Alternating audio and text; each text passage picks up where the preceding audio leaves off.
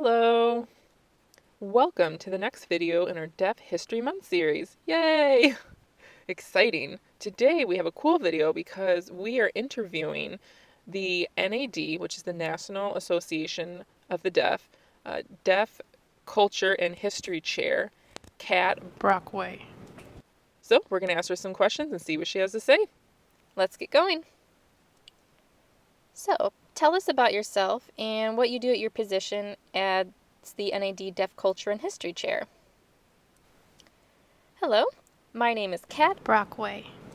My actual name is Kathleen. Brockway. But you can call me Kat.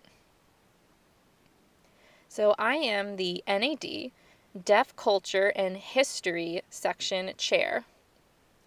The NAD stands for National Association of the Deaf.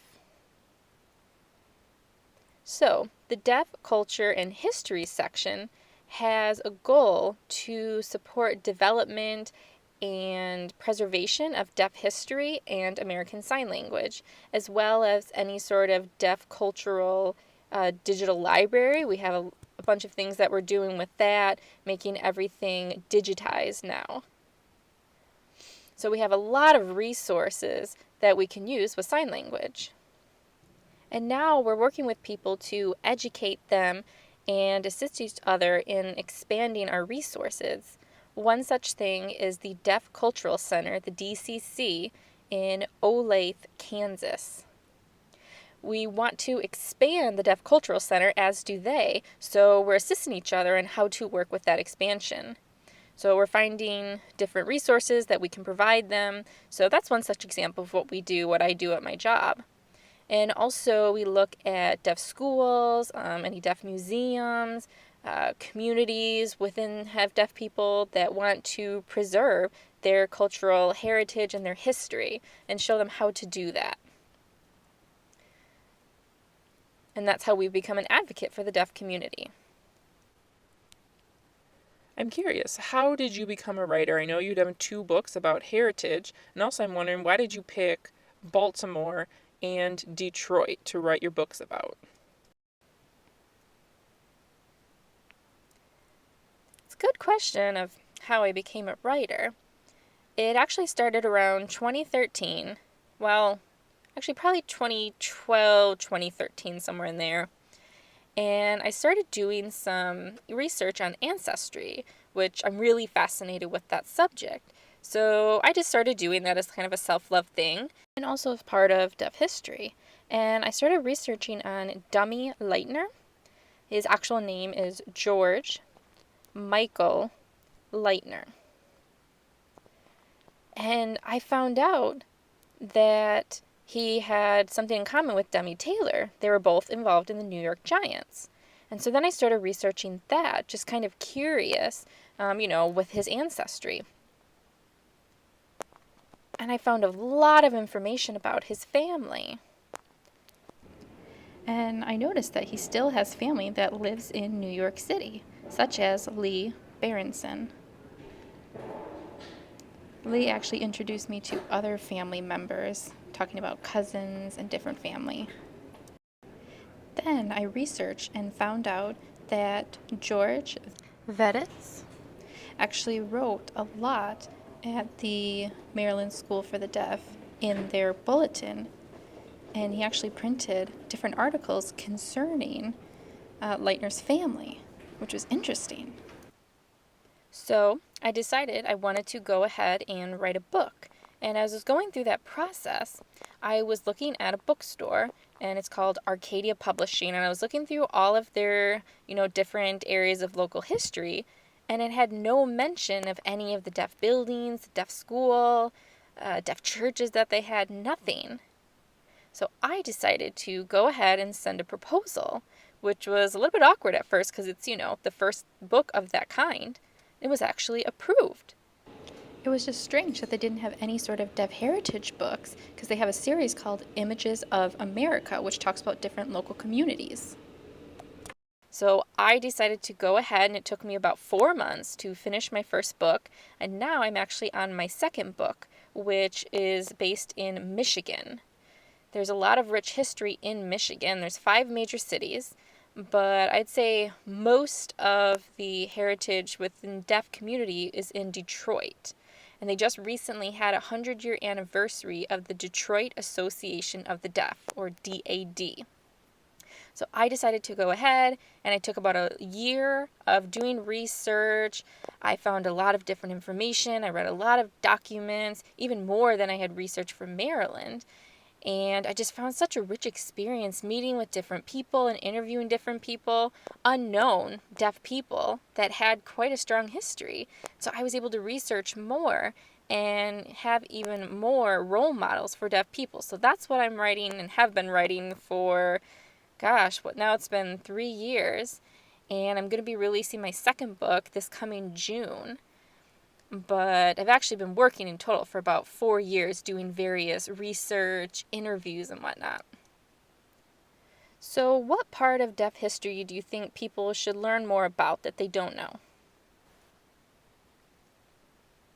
I want people to find out more about the unknown deaf people. There's so many more people out there. There's so much information that is still missing, or people just don't really pay attention.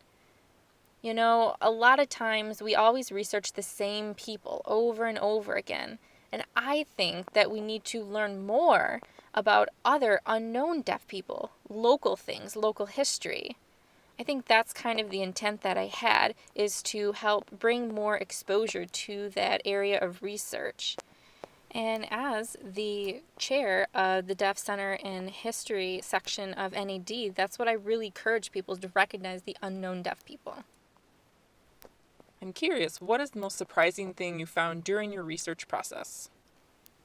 I would say the most surprising thing I found during my research is just really a lot of unknown deaf people in history I didn't know about. You know, some of these things I might know a little bit about, but we didn't really know much about the history behind it. And I think that's really the key, is to become more aware of your own deaf school, their history, the local unknown deaf people, and learn how to do that research and find different facts and get more knowledge. So that way we can take that and give it to the next generation. Okay, last question. I'm curious, if people want to do research within deaf history, what would you suggest they do? What's your advice to get better research? I guess the advice that I would give is read the old deaf school newsletters in your area. A lot of people overlook these. There's so much information in them. It's so important to read them and become aware of the history. That's how I ended up finding about Eric Mosgen. He used to work as a professor, a teacher at MSSD, which is where I graduated.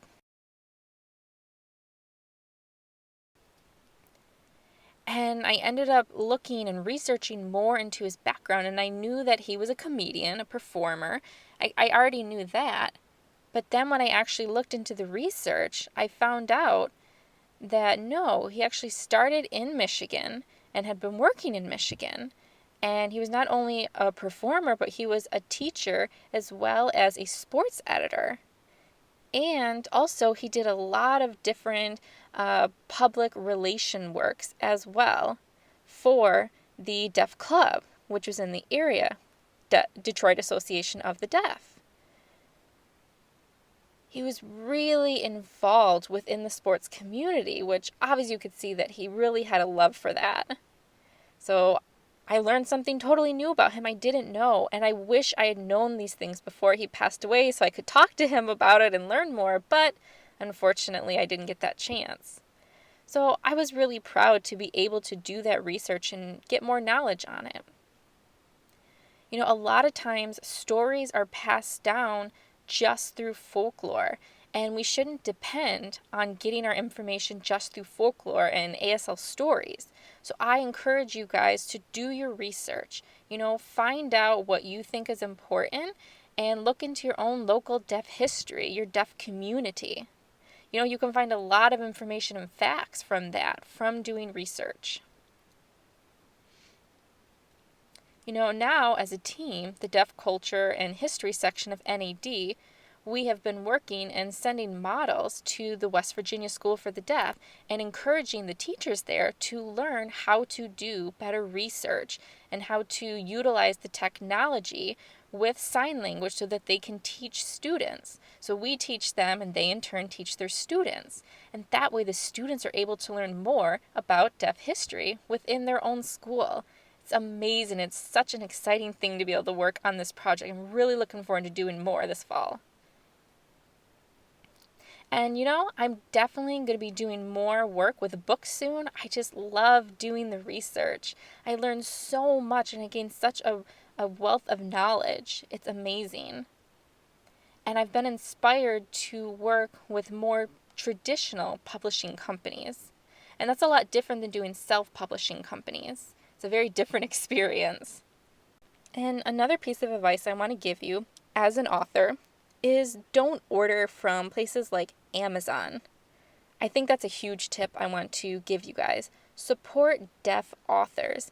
And the way you can do that is work with and order from their publishing companies. I really highly recommend this.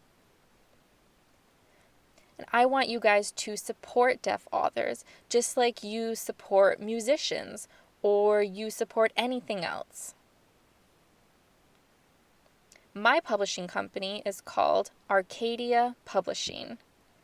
And yes, I am the first deaf author to work with that publishing company.